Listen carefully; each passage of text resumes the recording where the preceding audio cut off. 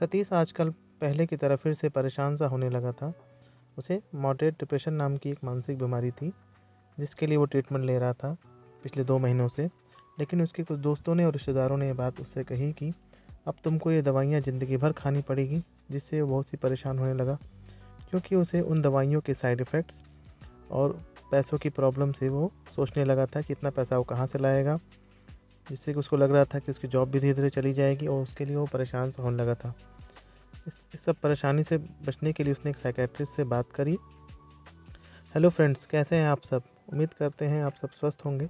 आप सभी का स्वागत है मेरे चैनल बातें मन की पे। मैं हूं डॉक्टर रवि, एक साइकियाट्रिस्ट हूं। फ्रेंड्स, आज का टॉपिक बहुत ही इम्पोर्टेंट है। क्या मानसिक बीमारियों का इलाज ज़िंदगी भर चलता है? आज के इस वीडियो में हम जानेंगे इस बारे में। पब्लिक में भी थोड़ा मिथ है, वो खुद ही डिसाइड कर लेते हैं मेंटल प्रॉब्लम के बारे में। उन्हें लगता है कि जिस किसी को भी मेंटल प्रॉब्लम हो चुकी है वो अब ठीक नहीं होने वाली है, और वो ऐसा सोचते हैं कि अब उनकी दवाइयाँ ज़िंदगी भर चलेंगी और कभी भी ठीक नहीं हो सकते, और उसके दवाइयों के बहुत सारे साइड इफ़ेक्ट होते हैं, जबकि असलियत में ऐसा नहीं है। असलियत में जैसे डायबिटीज़ की बीमारी होती है या ब्लड प्रेशर की बीमारी होती है या और किसी तरह की फ़िज़िकल बीमारी होती है जिसमें कि केयर करने की ज़रूरत होती है, उसी तरह अगर हम केयर नहीं करेंगे तो बीमारियाँ लाइफ लॉन्ग चलेंगी। जैसे कि अगर केयर करने के लिए दौड़ना है या योगा करना है या डाइट का ध्यान रखना है, अगर हम प्रॉपर केयर करेंगे तो उसके बाद लाइफ अच्छी रहती है और कॉम्प्लिकेशंस नहीं होते हैं। उसी तरह मानसिक बीमारियों में भी ये रूल अप्लाई होता है। लेकिन मानसिक बीमारियों में इंसान जो होता है भूल कर जाता है। अगर अर्ली डायग्नोसिस हो जाए और ट्रीटमेंट सही से हो और दवाइयाँ पूरी ली जाएँ तो ट्रीटमेंट अच्छा होता है। लेकिन मानसिक बीमारियों में कुछ स्टिग्मा होता है, जिसकी वजह से बीमारी बढ़ती जाती है, उसकी सीवियरिटी बढ़ती जाती है। ऐसे कंडीशन में उनका ट्रीटमेंट लंबा चलता है।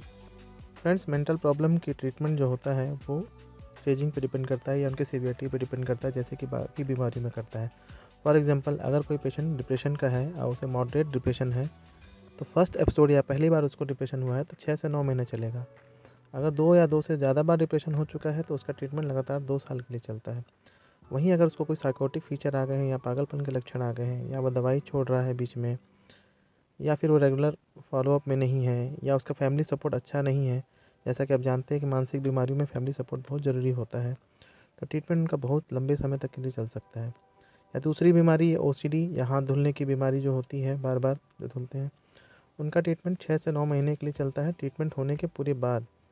या कुछ बीमारी एंग्जाइटी या पैनिक अटैक होता है, जिसमें कि ट्रीटमेंट आपका 1 साल तक भी चल सकता है मरीज़ के ठीक होने के बाद, क्योंकि बीमारी फिर से वापस आ सकती है ऐसे कंडीशन में। वहीं दूसरी तरफ एक गंभीर बीमारी होती है स्किज़ोफ्रेनिया जो होती है, उसका फर्स्ट एपिसोड में उसका ट्रीटमेंट ऑलमोस्ट 1 साल के लिए चलता है। अगर बार बार होती है तो इसका ट्रीटमेंट लंबा भी चल सकता है। फैमिली सपोर्ट का होना, अच्छा होना बहुत ही ज़रूरी होता है। मेंटल डिसऑर्डर जो होते हैं वो अदर फिजिकल इलनेस और बीमारियों की तरह ही होते हैं। फ्रेंड्स, अगर बेटर रिजल्ट चाहिए तो बीमारी का जल्दी ही डायग्नोसिस होना चाहिए और जल्दी ट्रीटमेंट स्टार्ट होना चाहिए।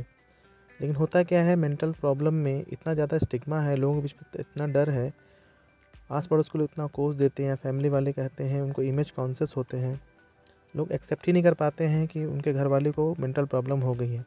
इसलिए वो शुरू में किसी भगत के पास चले जाते हैं या कोई झोला छाप डॉक्टर के यहाँ चले जाते हैं, या जो क्वालिफाइड नहीं होता है उनके पास चले जाते हैं और ट्रीटमेंट को डिले करते रहते हैं, और ये एक्सेप्ट ही नहीं कर पाते हैं कि उनके घर वालों को प्रॉब्लम हो चुकी है। इसलिए बीमारी का जल्द से जल्द किसी डॉक्टर को दिखाएं, हेजिटेट नहीं करें, और प्रॉपर साइकियाट्रिस्ट के बाद मरीज़ को लेके जाएं और अच्छे से ट्रीटमेंट कराएं। इससे क्या होगा कि बीमारी का समय बहुत ही कम हो जाएगा। फ्रेंड्स, उम्मीद करता हूँ आपको वीडियो अच्छा लगा होगा। धन्यवाद।